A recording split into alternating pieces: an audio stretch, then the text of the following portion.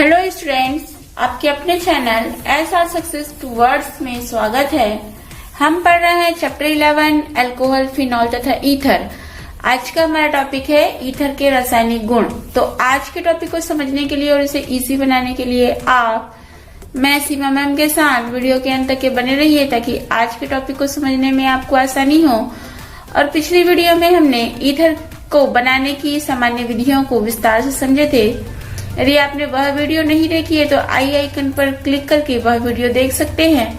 और वीडियो पसंद आए तो लाइक जरूर कीजिए, इसको शेयर कीजिए और मेरे चैनल को फर्स्ट टाइम वॉच कर रहे हैं तो सब्सक्राइब जरूर कीजिए, बेल आइकन को दबाइए ताकि वीडियो की नोटिफिकेशन आपको सबसे पहले मिले।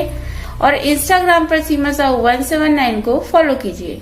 चलिए आज की क्लास स्टार्ट करते हैं। ईथर के रासायनिक गुण।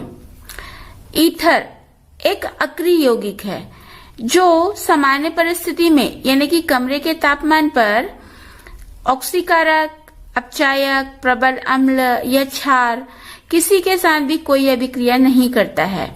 जैसे और अन्य क्रियात्मक समूह होते हैं, उनके पास या तो सक्रिय समूह होता है या फिर सक्रिय इलेक्ट्रॉन युग्म होता है। अन्य क्रियात्मक समूहों की तरह ईथर समूह में ना तो कोई सक्रिय समूह होता है और ना ही कोई सक्रिय इलेक्ट्रॉन युग्म होता है। तो ईथर विशेष परिस्थितियों में, विशेष परिस्थिति कहने का मतलब है उच्च ताप पर, दाब पर, ये अन्य सक्रिय अभिकर्मक के साथ ईथर अपनी संरचना के कारण अभिक्रिया करता है। जैसे हमको यहाँ पर ईथर की संरचना प्रदर्शित है। यहाँ पर ईथर में हम जानते हैं कि इसको हम ROR से प्रदर्शित करते हैं। तो R जो दोनों R है ये एल्किल समूह को प्रदर्शित करता है और बीच का जो ऑक्सीजन है ये ईथरीय ऑक्सीजन होते हैं जिसके पास 2 एकाकी इलेक्ट्रॉन युग्म रहता है। चूंकि ईथर विशेष परिस्थिति यानी उच्च ताप और दाब पर सक्रिय अभिकर्मकों के साथ अपनी संरचना के कारण रासायनिक अभिक्रिया देते हैं, तो आगे हम समझते हैं ईथर के रासायनिक अभिक्रियाएं। 4 प्रकार के रासायनिक अभिक्रिया देते हैं। फर्स्ट, एल्किल समूह की क्रियाएं। सेकेंड, ईथरी ऑक्सीजन की क्रियाएं। थर्ड, कार्बन ऑक्सीजन बंध के विदलन की क्रियाएं। और फोर्थ, बेंजीन नाभिक के कारण अभिक्रियाएं। तो इनके अंतर्गत होने वाली रासायनिक अभिक्रिया को हम एक एक करके समझते हैं। फर्स्ट, एल्किल समूह की क्रियाएं। तो इसके अंतर्गत हम 2 रासायनिक अभिक्रियाओं को समझेंगे। फर्स्ट, हैलोजनीकरण और सेकंड, दहन। हैलोजनीकरण के अंतर्गत हम क्लोरीनीकरण को समझेंगे। तो क्लोरीनीकरण 2 परिस्थितियों में होती है, एक मंद प्रकाश में और एक सूर्य के प्रकाश में। जब ईथर मंद प्रकाश में क्लोरीन के साथ अभिक्रिया करता है तो 1,1 या alpha alpha dash die chloro die ethyl ether बनाता है। और ब्रोमीनीकरण की प्रक्रिया में ईथर मंद प्रकाश में ब्रोमीन के साथ क्रिया करके 1,1 या alpha alpha dash die bromo die ethyl ether बनाता है। यहाँ पर हम क्लोरीनीकरण को पढ़ रहे हैं। तो जैसा कि हमें यहाँ समीकरण प्रदर्शित है, डाई एथिल ईथर की क्लोरीन से मंद प्रकाश में अभिक्रिया होती है तो alpha mono chloro die ethyl ether बनता है, जिसका आगे क्लोरीनीकरण होने पर alpha alpha dash die chloro die ethyl ether प्राप्त होता है। और जब ईथर को क्लोरीन की अधिक मात्रा के साथ सूर्य के प्रकाश में अभिक्रिया करवाई जाती है तो ईथर के सभी हाइड्रोजन परमाणु हैलोजन परमाणु द्वारा प्रतिस्थापित होकर के पर क्लोरो डाई एथिल ईथर बनाते हैं। जैसा कि हमें यहाँ पर रासायनिक समीकरण प्रदर्शित है, डाई एथिल ईथर की क्लोरीन की अधिक मात्रा के साथ सूर्य के प्रकाश में अभिक्रिया कराई जाती है तो पर क्लोरो डाई एथिल ईथर बनता है। इस अभिक्रिया में क्लोरीन के द्वारा ईथर के हाइड्रोजन परमाणु का विस्थापन होता है। सेकंड, दहन। चूंकि ईथर वाष्पशील और बहुत अधिक ज्वलनशील होते हैं और ये वायु के साथ मिलकर के विस्फोटक मिश्रण बनाते हैं। तो जैसा कि हमें यहाँ पर रासायनिक समीकरण प्रदर्शित है, ये एल्केन के समान वायु में चल करके कार्बन डाइऑक्साइड और पानी का अणु बनाते हैं। तो यहाँ पर डाइएथिल ईथर की अभिक्रिया ऑक्सीजन से होने पर कार्बन डाइऑक्साइड और जल का अणु बनाते हैं। सेकेंड, ईथरी ऑक्सीजन की क्रियाएं, जैसे कि हमें यहाँ संरचना प्रदर्शित है। ऑक्सीजन के पास 2 एकाकी इलेक्ट्रॉन युग्म है, तो ऑक्सीजन परमाणु पर 2 एकाकी इलेक्ट्रॉन युग्म की उपस्थिति के कारण ईथर लुईस क्षारक के समान व्यवहार करता है और ये उपसहसंयोजी बंध बना सकता है। ईथरी ऑक्सीजन की क्रियाओं के अंतर्गत ईथर में होने वाली 3 रासायनिक अभिक्रियाओं को समझेंगे। फर्स्ट, सांद्र अम्लों के साथ अभिक्रिया, सेकंड, उपसहसंयोजी संकुलों का निर्माण और थर्ड, परऑक्साइडों का निर्माण या स्व ऑक्सीकरण। फर्स्ट, सांद्र अम्लों के साथ अभिक्रिया। चूंकि ईथर के ऑक्सीजन परमाणु में 2 एकाकी इलेक्ट्रॉन युग्म उपस्थित होते हैं, तो ऑक्सीजन परमाणु में एकाकी इलेक्ट्रॉन युग्म उपस्थित होने के कारण ईथर अकार्बनिक ठंडे सांद्र अम्ल के साथ क्रिया करके स्थायी ऑक्सीनियम लवण बनाता है। जैसा कि हमें रासायनिक समीकरण प्रदर्शित है, ईथर की जब हाइड्रोक्लोरिक अम्ल के साथ अभिक्रिया होती है तो डाई एल्किल ऑक्सीनियम क्लोराइड बनाता है। यदि हम R की जगह एथिल लेकर के यदि समीकरण को बनाएंगे तो यहाँ पर डाई एथिल ईथर की हाइड्रोक्लोरिक अम्ल से अभिक्रिया होने पर डाई एथिल ऑक्सीनियम क्लोराइड बनाता है। सेकेंड, उपसहसंयोजी संकुलों का निर्माण। चूंकि ईथर लुईस क्षार की तरह व्यवहार करता है, तो ईथर के लुईस क्षार की तरह व्यवहार करने के कारण यह लुईस अम्ल जैसे बोरॉन ट्राइफ्लोराइड ग्रिग्नार्ड अभिकर्मक के साथ अभिक्रिया करके उपसहसंयोजी संकुल बनाते हैं। हमें यहाँ पर रासायनिक समीकरण प्रदर्शित है।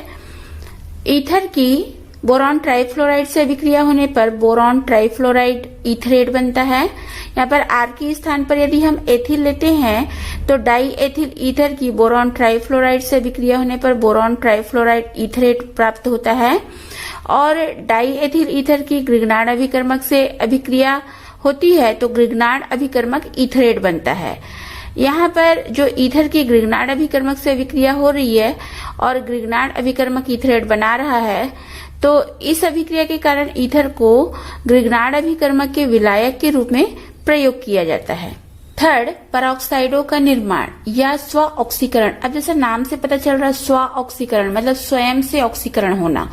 तो जब ईथर को वायु और सूर्य के प्रकाश में अधिक समय तक खुला रख दिया जाता है तो ईथर ऑक्सीकृत होकर के हाइड्रो परऑक्साइड बना लेता है। जैसा कि हमें रासायनिक समीकरण प्रदर्शित है, डाई एथिल ईथर को वायु में सूर्य के प्रकाश में खुला रख दिया जाता है तो 1 एथॉक्सी एथिल हाइड्रो परऑक्साइड बना लेता है।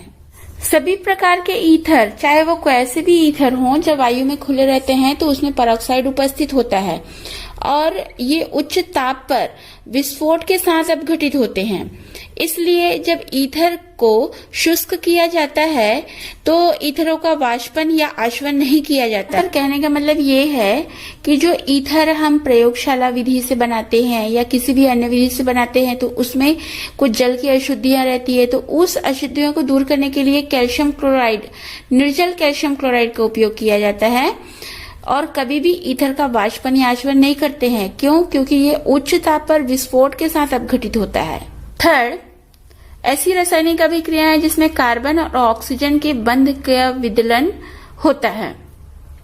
तो ईथर में कार्बन और ऑक्सीजन बंध काफी अधिक स्थायी होता है, तो कुछ अभिकर्मक के द्वारा कार्बन और ऑक्सीजन के बंध का विदलन किया जा सकता है। तो चलिए हम इसमें होने वाली रासायनिक अभिक्रिया को समझते हैं। फर्स्ट, हैलोजन अम्लों के साथ क्रिया। तो यहाँ पर जब ईथर को सांद्र हैलोजन अम्ल जैसे कि हाइड्रोजन आयोडाइड या हाइड्रोजन ब्रोमाइड के साथ अभिक्रिया करवाई जाती है तो कार्बन और ऑक्सीजन के बीच का बंध टूटता है और अल्कोहल या फिर फिनॉल या फिर एल्किल हैलाइड का मिश्रण प्राप्त होता है। तो ये अभिक्रिया 2 परिस्थिति में होती है। जैसे कि हमें यहाँ पर फर्स्ट रासायनिक समीकरण प्रदर्शित है। कम तापमान पर यानी कि 373 केल्विन तापमान पर 1 मोल ईथर और हाइड्रोजन आयोडाइड का 1 मोल ये अभिक्रिया करके एल्किल आयोडाइड और अल्कोहल बनाते हैं। यदि R के स्थान पर एथिल लिया जाए तो समीकरण इस प्रकार से होगा, डाई एथिल ईथर की अभिक्रिया हाइड्रोजन आयोडाइड के साथ 373 केल्विन पर होने पर एथिल आयोडाइड और एथिल अल्कोहल बनता है।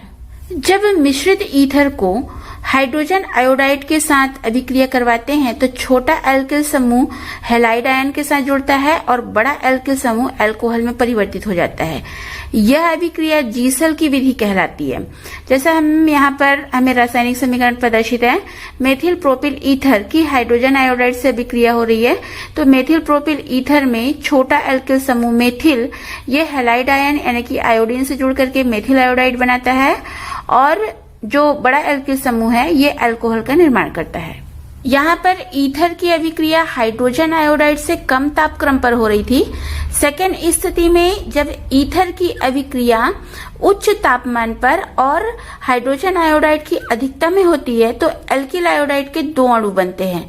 जैसे कि हमें यहाँ पर रासायनिक समीकरण प्रदर्शित है, ईथर की हाइड्रोजन आयोडाइड से अभिक्रिया हो रही है, हाइड्रोजन आयोडाइड अधिक मात्रा में है और यह अभिक्रिया उच्च ताप पर होगी जिससे एल्किल आयोडाइड बनता है। यदि R के स्थान पर हम एथिल लेकर के समीकरण बनाएंगे तो इस प्रकार से होगा, डाई एथिल ईथर की हाइड्रोजन आयोडाइड से अभिक्रिया होने पर एथिल आयोडाइड बनेगा। आगे हम ईथर की हैलोजन अम्ल के साथ होने वाली अभिक्रिया की क्रियाविधि को समझेंगे। तो यह क्रियाविधि दो पदों में संपन्न होती है। प्रथम पद में चूंकि ईथर लुईस क्षार की तरह व्यवहार करता है और लुईस क्षार की तरह व्यवहार क्यों करता है, क्योंकि ऑक्सीजन परमाणु पर दो एकाकी इलेक्ट्रॉन युग्म उपस्थित होते हैं तो ईथर के लुईस क्षार होने के कारण यह प्रोटोनीकृत होकर के ऑक्सोनियम लवण बनाता है। जैसे हमको यहाँ पर समीकरण प्रदर्शित है, ये ईथर की हाइड्रोजन हैलाइड से, हाइड्रोजन हैलाइड कोई भी हो सकता है, हाइड्रोजन आयोडाइड, हाइड्रोजन ब्रोमाइड या हाइड्रोजन क्लोराइड, इनमें सबसे अधिक प्रबलतम अम्ल हाइड्रोजन आयोडाइड होता है और ये अत्यधिक सक्रिय होता है। तो यहाँ पर हम हाइड्रोजन हैलाइड की अभिक्रिया ईथर से करवाते हैं तो ये प्रोटोनीकृत ईथर बनाता है। प्रथम पद में प्रोटोनीकृत ईथर बनता है, द्वितीय पद में इस प्रोटोनीकृत ईथर की हैलाइड आयन यानी कि नाभिक स्नेही से अभिक्रिया SN1 या SN2 क्रियाविधि के द्वारा होता है। यह ईथर की संरचना स्थिति पर निर्भर करता है। आगे हम ईथर की हैलोजन अम्ल से क्रियाविधि के द्वितीय पद की SN2 अभिक्रिया और SN1 अभिक्रिया को समझेंगे। फर्स्ट SN2 अभिक्रिया। SN2 अभिक्रिया तब होती है जब एल्किल समूह प्राथमिक होता है, यानी कि प्राथमिक एल्किल समूह होने पर ही SN2 अभिक्रिया होती है। इस अभिक्रिया में प्रथम पद से प्राप्त प्रोटोनीकृत ईथर पर जब नाभिक स्नेही आयन यानी कि जो हैलाइड आयन है इसका आक्रमण होता है तो एक अणु एल्किल हैलाइड का और एक अणु अल्कोहल का बनता है। जैसे हमें रासायनिक समीकरण प्रदर्शित है, हैलाइड आयन प्रोटोनीकृत ईथर पर आक्रमण करेगा और SN2 अभिक्रिया से एक अणु एल्किल हैलाइड का और एक अणु अल्कोहल का बनता है। सेकेंड SN1 अभिक्रिया। SN1 अभिक्रिया में जो प्रथम पद से प्राप्त प्रोटोनीकृत ईथर से कार्बोधन आयन बनता है और SN1 अभिक्रिया तब होती है जब एल्किल समूह तृतीयक होता है। यहाँ पर हम अभी समझे कि SN2 अभिक्रिया कब होती है, जब एल्किल समूह प्राथमिक होता है और SN1 अभिक्रिया कब होगी, जब एल्किल समूह तृतीयक होता है। SN1 अभिक्रिया दो स्टेप में पूर्ण होती है। फर्स्ट स्टेप में प्रोटोनीकृत ईथर ये मंद गति से कार्बोधन आयन का निर्माण करता है और सेकेंड स्टेप में जो फर्स्ट स्टेप में बना कार्बोधन आयन है इस पर हैलाइड आयन की अभिक्रिया तीव्र गति से होती है और एल्किल हैलाइड का निर्माण होता है। यहाँ पर आप SN1 अभिक्रिया और SN2 अभिक्रिया में कंफ्यूज नहीं होंगे। SN1 अभिक्रिया में जो प्रोटोनीकृत ईथर होता है ये कार्बोधन आयन बनाता है और कार्बोधन आयन की हैलाइड आयन से अभिक्रिया होने पर एल्किल हैलाइड बनता है, जबकि SN2 अभिक्रिया में हैलाइड आयन प्रोटोनीकृत ईथर पर आक्रमण करता है और एल्किल हैलाइड बनाता है। यहाँ पर हम ईथर की रासायनिक अभिक्रियाओं के थर्ड पॉइंट ऐसी अभिक्रिया जिसमें कार्बन ऑक्सीजन बंध का विदलन होता है के अंतर्गत हैलोजन अम्लों के साथ क्रिया की क्रियाविधि को समझे। सेकेंड फास्फोरस पेंटाक्लोराइड की क्रिया। तो जब ईथर की फास्फोरस पेंटाक्लोराइड जब ठंडा होता है तो कोई अभिक्रिया नहीं होती है, लेकिन जब ईथर के साथ फास्फोरस पेंटाक्लोराइड को गर्म किया जाता है तो एथिल क्लोराइड के दो अणु बनते हैं। जैसे हमें यहाँ रासायनिक समीकरण प्रदर्शित है, ईथर की फास्फोरस पेंटाक्लोराइड से अभिक्रिया होने पर एथिल क्लोराइड प्राप्त होता है। थर्ड, निर्जलीकरण। निर्जलीकरण शब्द से आप जानते हैं कि जल के अणु का बाहर निकलना। तो जैसा कि हमें यहाँ पर रासायनिक समीकरण प्रदर्शित है, डाई एथिल ईथर को एल्यूमिना की उपस्थिति में 360 डिग्री सेल्सियस तापक्रम पर गर्म किया जाता है तो जल का अणु बाहर निकलता है और मुख्य उत्पाद एथिलीन बनता है। फोर्थ, सल्फ्यूरिक अम्ल से क्रिया। ईथर तनु सल्फ्यूरिक अम्ल और सांद्र सल्फ्यूरिक अम्ल दोनों से अभिक्रिया करता है, जैसा कि हमें यहाँ पर रासायनिक समीकरण प्रदर्शित है। फर्स्ट, ईथर का जल अपघटन उच्च दाब पर तनु सल्फ्यूरिक अम्ल के साथ गर्म करने पर होता है तो अल्कोहल बनता है, जैसे हमें यहाँ पर रासायनिक समीकरण प्रदर्शित है।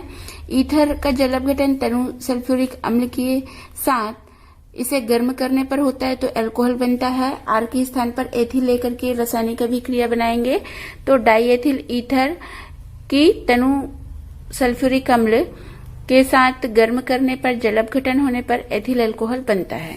सेकेंड, जब डाईएथिल ईथर को सांद्र सल्फ्यूरिक अम्ल के साथ गर्म किया जाता है तो एथिल अल्कोहल और एथिल हाइड्रोजन सल्फेट प्राप्त होता है। थर्ड, जब तृतीयक ब्यूटिल ईथर सांद्र सल्फ्यूरिक अम्ल के साथ अभिक्रिया करता है तो ब्यूटीन बनाता है। यहाँ पर हमने ऐसी अभिक्रिया जिसमें कार्बन ऑक्सीजन बंध का विदलन होता है के अंतर्गत हमने 4 पॉइंट, फर्स्ट हैलोजन अम्लों के साथ क्रिया, सेकेंड फास्फोरस पेंटाक्लोराइड की क्रिया, थर्ड निर्जलीकरण और फोर्थ सल्फ्यूरिक अम्ल से क्रिया। इन सभी अभिक्रियाओं में हम समझ पा रहे हैं कि इनमें कार्बन और ऑक्सीजन के बीच जो बंध होता है इसका विदलन होने से ये रासायनिक अभिक्रियाएं संपन्न होती है। आगे हम समझेंगे फोर्थ पॉइंट, बेंजीन नाभिक की अभिक्रियाएं। जैसा कि हम अभी समझे कि ऑक्सीजन परमाणु के पास 2 एकाकी इलेक्ट्रॉन युग्म रहता है तो एरोमेटिक ईथर में ऑक्सीजन परमाणु के मुक्त इलेक्ट्रॉन युग्म बेंजीन नाभिक के साथ संयुग्मन की स्थिति में रहते हैं। तो इन इलेक्ट्रॉन युग्मों के बेंजीन नाभिक के साथ संयुग्मन स्थिति में होने के कारण बेंजीन नाभिक का आर्थो और पैरा स्थिति में इलेक्ट्रॉन घनत्व अधिक होता है। यह अनुनादी संरचना से हमको पता चलता है और अनुनादी संरचना से सिद्ध होता है कि जो ऑर्थो और पैरा स्थिति है इस पर इलेक्ट्रॉन घनत्व अधिक होता है, जिससे इलेक्ट्रोफिलिक प्रतिस्थापन अभिक्रिया ऑर्थो और पैरा स्थिति में होता है। बेंजीन नाभिक की अभिक्रियाओं के अंतर्गत हम 4 रासायनिक अभिक्रियाओं को, फर्स्ट ब्रोमीनीकरण, सेकेंड नाइट्रीकरण, थर्ड एल्किलीकरण जिसे फ्रीडल क्राफ्ट अभिक्रिया कहते हैं और फोर्थ एसिलीकरण, यह भी फ्रीडल क्राफ्ट अभिक्रिया कहलाती है। तो चलिए हम इन चारों रासायनिक अभिक्रियाओं को एक एक करके समझते हैं। ब्रोमीनीकरण। ब्रोमीनीकरण शब्द से आप समझ रहे हैं, चूंकि हम बेंजीन नाभिक की अभिक्रिया पढ़ रहे हैं, यानी कि जो एरोमेटिक ईथर है इसकी अभिक्रिया ब्रोमीन से होगी। तो जैसा कि हमें यहाँ पर रासायनिक समीकरण प्रदर्शित है, एनिसॉल की ब्रोमीन के साथ अभिक्रिया कार्बन डाइसल्फाइड की उपस्थिति में होने पर ऑर्थो ब्रोमो एनिसॉल और पैरा ब्रोमो एनिसॉल प्राप्त होता है। सेकेंड, नाइट्रीकरण। नाइट्रीकरण आप जानते हैं कि एरोमेटिक ईथर की नाइट्रिक अम्ल से अभिक्रिया होगी, जैसा कि हमें रासायनिक समीकरण प्रदर्शित है। एरोमेटिक ईथर यानी कि एनिसॉल की अभिक्रिया सांद्र सल्फ्यूरिक अम्ल की उपस्थिति में सांद्र नाइट्रिक अम्ल से होने पर ऑर्थो नाइट्रो एनिसॉल और पैरा नाइट्रो एनिसॉल प्राप्त होता है। एल्किलीकरण जो फ्रीडल क्राफ्ट अभिक्रिया भी कहलाती है। तो जैसा कि हमें यहाँ पर रासायनिक समीकरण प्रदर्शित है, एनिसॉल की अभिक्रिया मेथिल क्लोराइड के साथ निर्जल एल्युमिनियम क्लोराइड और कार्बन डाइसल्फाइड की उपस्थिति में होने पर 2-मेथॉक्सीटालुइन और 4-मेथॉक्सीटालुइन प्राप्त होता है। फोर्थ, एसिलीकरण। यह अभिक्रिया भी फ्रीडल क्राफ्ट अभिक्रिया कहलाती है।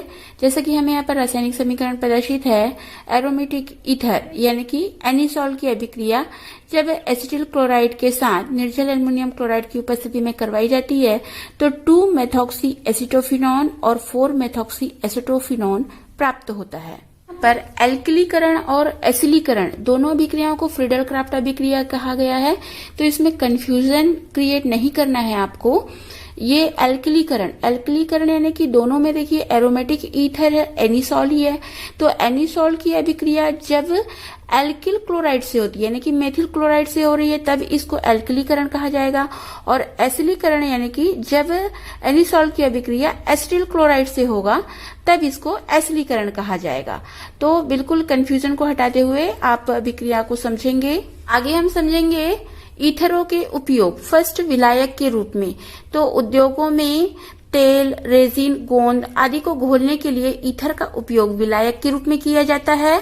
सेकंड, प्रयोगशाला उद्योगशाला में, तो ईथर का उपयोग प्रयोगशाला उद्योगशाला में निष्कर्षण विलायक के रूप में किया जाता है। थर्ड, निश्चेतक के रूप में।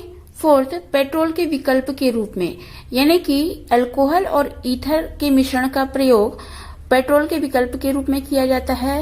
इनके अलावा ईथर का उपयोग धुआं रहित पाउडर बनाने में और परफ्यूम उद्योग में ईथर का प्रयोग किया जाता है और ग्रिग्नार्ड अभिकर्मक को बनाने में किया जाता है। उसमें होने वाली रासायनिक अभिक्रिया में माध्यम के रूप में ईथर का उपयोग करते हैं। आज की वीडियो में हमने ईथर के रासायनिक गुण के अंतर्गत 4 रासायनिक अभिक्रियाएं, फर्स्ट एल्किल समूह की क्रिया, सेकेंड ईथरी ऑक्सीजन की क्रिया, थर्ड ऐसी अभिक्रियाएं जिसमें कार्बन ऑक्सीजन बंध का विदलन होता है और फोर्थ बेंजीन नाभिक की अभिक्रियाओं और ईथरों के उपयोगों को विस्तार से समझे। अगली वीडियो में हम नए टॉपिक के साथ मिलेंगे। तो आज की वीडियो में बस इतना ही। अगली वीडियो में मिलते हैं, तब तक के लिए गुड बाय।